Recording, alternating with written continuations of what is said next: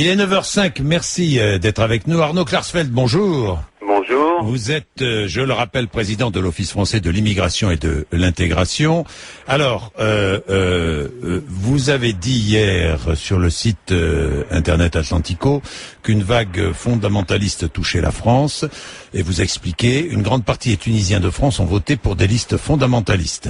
Explication complémentaire, Arnaud Klarsfeld. Qu'avez-vous voulu dire? Mais je dis qu'une vague fondamentaliste touchait actuellement le monde musulman, c'est une évidence, vous pouvez le constater tous les jours. Elle touche aussi la France par certains endroits, dans certaines municipalités, puisqu'une certaine façon, une grande partie des Tunisiens de France a voté pour des listes fondamentalistes lors des dernières élections tunisiennes. 30%, 4 sur 10, hein. Oui, 4 élus sur 10. Ce qui est tout de même beaucoup pour des gens qui sont en France depuis longtemps. Ça ne veut pas dire que c'est mal, c'est leur droit. C'est-à-dire, le fondamentalisme, ce n'est pas non plus le terrorisme, loin de là. C'est un retour, disons, aux fondamentaux de l'islam. Mais les fondamentaux de l'islam, comme dans les fondamentaux du judaïsme, comme les fondamentaux du christianisme, eh bien, ne sont pas pour la laïcité, pour l'égalité homme-femme. Or, ce sont les valeurs qui sont les nôtres aujourd'hui. Donc, donner le droit de vote aux étrangers, alors qu'une grande partie des étrangers ne sont pas encore intégrés, que ce soit un peu leur faute, un peu ou beaucoup la nôtre, c'est une question à débattre, mais ce n'est pas encore le moment. Moi, je serais en faveur de donner le droit de vote pour les étrangers si l'intégration était une réussite. Ce n'est pas encore, malheureusement, le cas. Voilà. Il y a une menace en France, franchement? Une menace, c'est pas une menace. Est-ce que ça menace notre culture? Est-ce que ça menace? Je vous pose franchement la question, Arnaud Klarsfeld. Ah bah oui, ça menace nos valeurs. Si les gens ne sont plus pour l'égalité homme-femme, on repart 200 ans en arrière. Ce n'a pas été toujours le cas en Occident, que la femme et l'homme étaient égaux, ou que la laïcité était quelque chose de normal. On a brûlé les juifs, on a obligé les Algériens à se convertir pour devenir français. On n'a pas été, disons, exemplaires pendant des siècles. On a pillé le monde, on a pillé l'Afrique, on a pillé l'Afrique du Nord, on a pillé l'Afrique subsaharienne. Aujourd'hui, on est dans une sorte de havre de paix où les gens ne se tuent plus en France, où on respecte normalement, tant qu'on a à manger, l'homme, on respecte la femme, on respecte les diversités, on respecte les religions, mais ça doit être dans la sphère du privé, les religions. Les religions ne doivent pas trop gagner l'espace public. Les Juifs, au début du XIXe siècle, il y a eu le grand sang et drain, c'est-à-dire ils ont accepté que la religion se déroule à la maison. Ça doit être aussi le cas actuellement. Mais est-ce à nous de reprocher aux Tunisiens leur religion? Ah non, vous m'avez entendu reprocher quoi que ce soit. J'ai dit... Je vous pose une question. Non, c'est pas à nous de reprocher, c'est à nous d'essayer de les intégrer, à eux aussi de faire des efforts dans les valeurs qui sont les nôtres. Mais n'est-ce pas faire un procès, justement, à ce parti tunisien, Ennahda, que de dire, attention, ce sont des fondamentalistes, l'égalité homme-femme est menacée, est-ce que ce n'est pas un procès d'intention? Je ne travaille pas au Quai d'Orsay, donc j'ai pas à être diplomate. Donc je vais essayer de vous dire les choses clairement. Quand une religion est au pouvoir, j'ai pu voir par exemple en Israël, le parti religieux, il essaye de gagner de l'influence.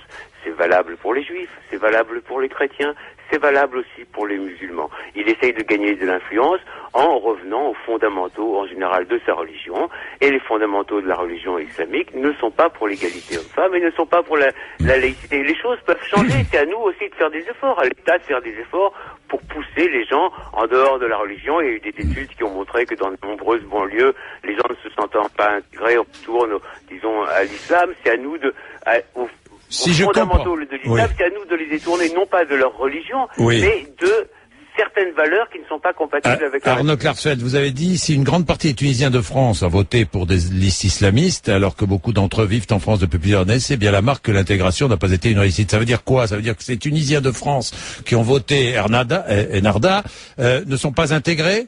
En tous les cas, le fait que l'égalité homme-femme ne soit pas le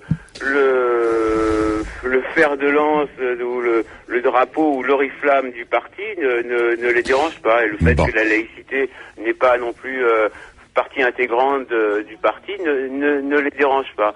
Et on peut constater dans certaines municipalités, en Seine-Saint-Denis, qu'un retour vers le religieux dans la sphère du public. Donc que les gens fassent ce qu'ils veulent dans le privé, c'est leur droit. Mais dans la sphère du public, c'est gênant. Il y a eu des guerres de religion en France. Il y a une religion qui est ascendante, qui est l'islam. Il y a une religion qui est déclinante, c'est le christianisme. Il faut donc faire attention. Voilà. Alors, on va prendre 2-3 auditeurs et je vous laisse, Arnaud Klarsfeld. J'ai Mehdi qui est policier dans les Hauts-de-Seine. Bonjour Mehdi. Oui, bonjour Jean-Jacques. Vous êtes policier, vous avez la double nationalité, Mehdi? Voilà, tout à fait. Française et tunisienne, hein? Tout à fait. Donc, je voulais réagir par rapport au propos de M. Klarsfeld. Il est avec nous, Arnaud Klarsfeld, hein, Mehdi? Bonjour M. Klarsfeld. Bonjour monsieur. Écoutez, moi, je voulais réagir par rapport à vos propos que je trouve un peu simpliste. Vous jouez sur les peurs, monsieur. Vous parlez vous avez utilisé le mot intégration. Monsieur, je suis tunisien d'origine. J'ai la double nationalité, je n'ai pas été voté, monsieur. Je suis français, d'accord? Je suis français, je suis fonctionnaire de police. J'ai choisi, en fait, de servir mon pays, qui est la France. J'ai cette particularité qui est d'avoir des origines tunisiennes. Lorsque vous me parlez d'intégration, moi, ça m'irrite les poils. J'ai fait un choix, d'accord? Je les répète, c'est de servir les institutions françaises. Moi, j'ai une question à vous poser, monsieur Klarsfeld. Où avez-vous passé votre service militaire? Pouvez-vous répondre? En Israël. Voilà. Vous avez fait un choix, monsieur Klarsfeld, de vous parler d'intégration. J'ai fait le mien. Vous voyez, c'est de servir l'État français. Donc, monsieur Klarsfeld, en parlant d'intégration, vous ne pensez pas que c'est un peu malvenu de votre part, alors que vous avez choisi de faire votre service militaire de 2 ans en Israël? Mehdi, parce que je suis aussi binational, mais vous n'êtes pas simplement français, vous êtes français et tunisien, je suis français et israélien, et je le revendique et j'en suis très fier. Très bien, mais je suis aussi fier d'être tunisien aussi, oui. D'avoir des origines tunisiennes concernant mes parents. Mais vous savez, monsieur Klarsfeld, mon passeport tunisien me sert à quoi? Il me sert simplement à partir en vacances, tout simplement. Bien, mais Mehdi, vous pensez que ceux qui ont voté Enarda, les franco-tunisiens qui ont voté Enarda, sont moins intégrés que les autres, hein? Je peux pas répondre. Pourquoi moins intégrés? Ils ont fait oui, non, mais c'est la question que je pose à Arnaud Klarsfeld aussi. Attention, on parle de ceux qui ont voté Enarda. Oui. La majorité des Tunisiens en France avaient voté, mais c'est faux. J'en suis un exemple. 30%. Voilà. 35%. Et le deuxième parti, c'est 12%. Oui. Voilà, mais ils sont pour vous. Merci Mehdi, merci. Mais pour vous, Arnaud Klarsfeld, je vous repose la question. Ils sont moins bien intégrés? Moins bien intégrés? En tous les cas, le fait que le parti en Tunisie ne privilégie pas l'égalité homme-femme ou la laïcité, ne les dérange pas. Voilà, s'il y avait des élections, disons, de France, les Israéliens en France franco-israéliens votaient pour un parti ultra-orthodoxe, eh bien oui, ça m'inquiéterait. Qu'est-ce que vous voulez que je vous dise? Ça m'inquiéterait. Bien, merci Arnaud Klarsfeld. Merci à vous. Merci, 9h13, au revoir. Allez, on va pas faire réagir. Je vais prendre encore 3 auditeurs, on va passer à autre chose. Mohamed est à Paris. Bonjour Mohamed. Bonjour Jean-Jacques. Vous êtes agent à la RATP. Vous avez fait votre service militaire en France. Voilà. Vous êtes musulman et vous vous sentez parfaitement intégré, Mohamed? Complètement. Je me sens complètement intégré. Je me sens complètement français. J'ai une double nationalité qui me permet de voter dans un autre pays. Chose que je fais pas régulièrement. Ça m'arrive de temps en temps pour les élections présidentielles, mais voilà. Par contre, comme a très bien dit Mehdi, moi, ce que j'avais envie de dire à M. Klarsfeld, c'est que lorsqu'il parle d'intégration, je pense que le droit de vote, c'est quand même différent du droit du fait de faire son service militaire dans le pays qui n'est pas celui dans lequel on vit. Parce que cela veut dire quoi? Ça veut dire que le jour où la France sera en guerre face à Israël, Klarsfeld a déjà choisi de quel côté il combattrait. Alors que 80% des musulmans de France, nés en France, ont fait leur service militaire en France. Et nous, par contre, on nous parle d'intégration. Deuxièmement, lorsqu'il dit que oui, parce que la communauté musulmane tunisienne a voté majoritairement à hauteur de 30% pour le parti musulman en Tunisie, qui n'est pas un parti islamiste, comme ils n'ont pas arrêté de le dire sur votre antenne, vous les avez eu plusieurs fois, qui sont pour la liberté de la femme, qui sont pour l'égalité entre hommes et femmes, mais tout ça, il dit le contraire. Moi, ce que je n'aime pas, c'est le procès d'intention. Oui. Voilà, lui fait des procès d'intention sans ramener de preuves. Eux sont venus sur votre antenne et on dit clairement qu'ils revenaient sur aucune loi qui avait été faite par Ben Ali. Mais là, il se permet de dire que nous ne sommes pas intégrés, que nous sommes des islamistes. Alors moi, je voudrais dire puisque c'est l'extrême droite qui gouverne en Israël et que la majorité des Israéliens de France ont voté pour cette extrême droite, donc eux sont de l'extrême droite aussi, donc ils ne sont pas intégrés non plus alors. Lorsque Dominique Strauss-Kahn dit devant une assemblée de la communauté juive que chaque matin lorsqu'il se lève, la première chose à laquelle il pense, c'est qu'est-ce qu'il pourrait faire pour l'État d'Israël, et que toute personne de la communauté juive doit se poser cette question et œuvrer pour travailler pour l'État d'Israël, moi j'ai envie de dire que Dominique Strauss-Kahn n'est pas intégré alors qu'il a fallu être président de la République française. Donc c'est bien facile. Moi, ce qui me gêne à l'heure actuelle, c'est qu'il y a une telle diabolisation de la communauté musulmane en France. On représente 10%, certes, mais on vit très bien. Dans la majorité, il n'y a pas d'attentat en France. On est intégré, on travaille, on paye nos impôts. Nos enfants se vont à l'école française. On n'a même pas d'école musulmane, à l'inverse de la communauté juive. Vous êtes dans le 19e, 17e, 16e. Il y a des écoles juives où leurs enfants ne fréquentent pas d'autres enfants que des enfants juifs. Mais là, on ne parle pas de communautarisme. Mais pour nous, on parle de communautarisme de la communauté musulmane. Moi, j'ai envie de me demander, j'ai l'impression de temps en temps que certaines personnes de la communauté juive qui ont le droit de citer sont en train de diaboliser la communauté musulmane. Bien.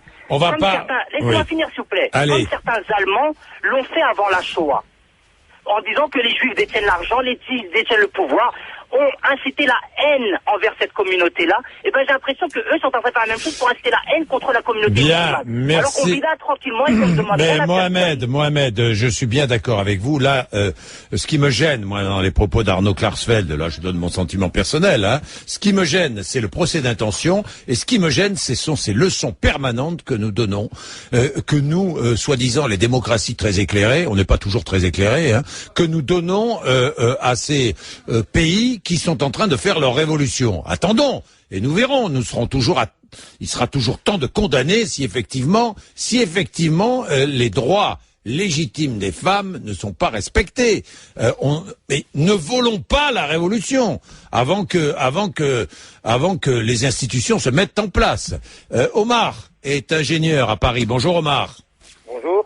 Allez-y, qu'est-ce que vous voulez dire? En fait, c'est simple, Mehdi Mohamed ont pris la plupart de mes arguments. En fait, j'avais donc juste une chose à rajouter. Oui.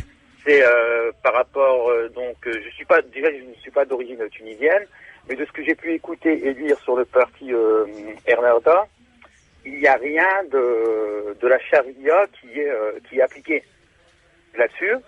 Et quand on parle d'égalité femmes, que l'islam, entre guillemets, discriminerait les femmes, je demande la preuve à n'importe qui de m'apporter un texte précisant justement cette pensée-là. Parce qu'il y avait les femmes au temps du prophète avaient déjà le droit au divorce. Il y a 1400 ans, les femmes en islam avaient le droit de divorcer. Donc si ça,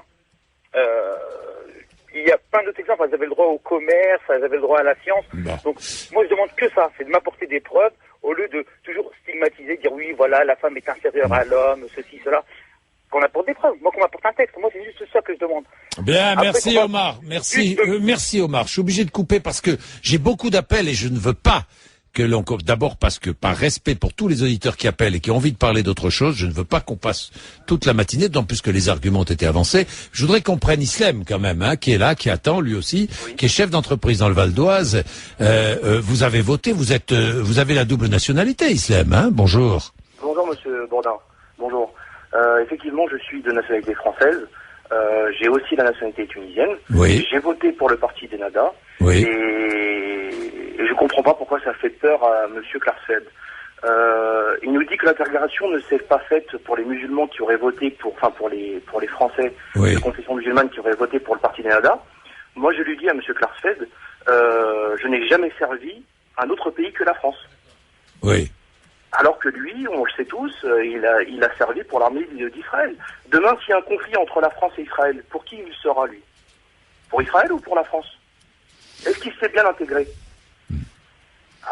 Voilà, tout, à chaque fois... Ne jetez pas de suspicion sur son intégration, parce que vous ne souhaitez pas qu'il jette de suspicion sur la vôtre. Vous comprenez ce que je veux dire, Islem? Oui, exactement, Monsieur Bourdin. Ouais. Pourquoi jetons des suspicions sur les musulmans qui vivent en France et qui s'intègrent en France et qui font tout pour que le pays avance, et à chaque fois c'est toujours la même chose. Vous savez pourquoi? Parce qu'il y a une idée reçue qui est insupportable. Hein. Oui. Et moi, je peux le dire tout à fait calmement. Je suis athée, je suis pas. Mais il y a une idée reçue qui est absolument insupportable dans l'esprit de beaucoup, c'est que musulman égale terroriste égale intégrisme. Et ça, c'est insupportable. Il va falloir un jour ou l'autre que nous allions un peu plus loin dans notre réflexion, que nous soyons un tout petit peu plus intelligents. Voilà. Moi, j'avais juste une autre chose à dire, Monsieur Bourdin. Allez-y. La Turquie, aujourd'hui, c'est un parti qui ressemble un peu à celui d'Ennahda. Et on a eu des soucis. Au départ, on a eu des peurs en se disant il y allait avoir des problèmes avec les femmes, avec la religion. Et aujourd'hui, personne s'en est plaint de la Turquie. Bien, merci Islem. Voilà. Bonne journée. Merci. Merci également, Monsieur Bourdin. Au revoir Islem. Allez, on va passer à tout.